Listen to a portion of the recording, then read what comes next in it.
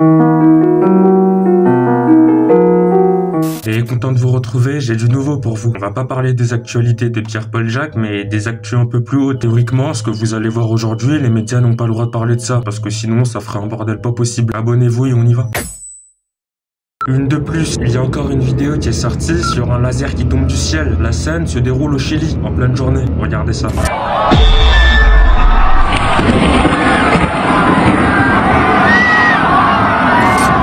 C'est marrant parce que c'est le même bruit que la précédente vidéo à Los Angeles. Et c'est pas fake, hein, car aujourd'hui, on sait très bien que des pays ont des satellites qui peuvent envoyer un rayon puissant pour carboniser une cible. Si vous aimez cette vidéo, j'en ferai une autre pour tout vous expliquer.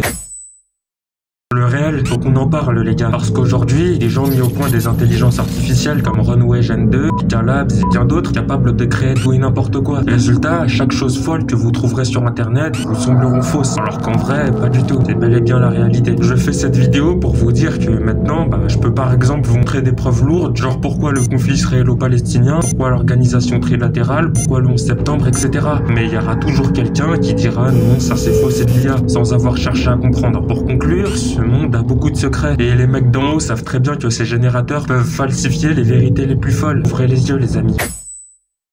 La tristesse du Congo, c'est vraiment dur parce que là-bas la situation est chaotique. Mais aujourd'hui je ne vais pas parler des massacres, non. Là on va voir comment c'est saigne le pays en exploitant ses ressources. Regardez cette vidéo.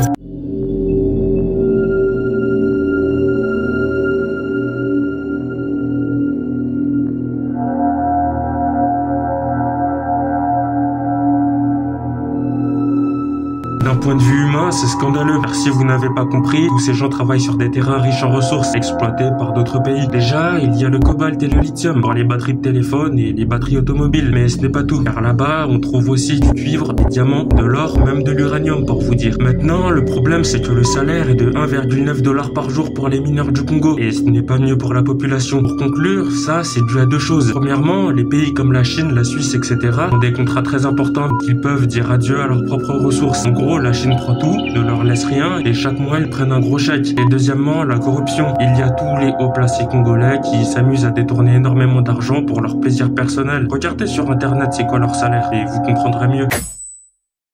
La chute de Sébastien Lecornu. Ça fait plusieurs jours que le ministre a quitté ses fonctions. Et ça, c'est à cause de lui, Bruno Retailleau. Bon, l'histoire, c'est que les membres des Républicains ont une haine profonde envers Bruno Le Maire, l'ex-ministre de l'économie. Car selon eux, c'est à cause de lui que la France est dans le déficit. Ainsi, peu de temps après la composition du gouvernement, Retailleau va se lâcher sur X en taclant la nouvelle disposition de Lecornu. Résultat, le Premier ministre va en avoir marre et remettra sa démission à Macron. En ce qui concerne le président, je ne pense pas que ce soit un problème pour lui. Le gars va remettre une personne à Matignon et peu importe les critiques politiques, jamais il ne lâchera son poste.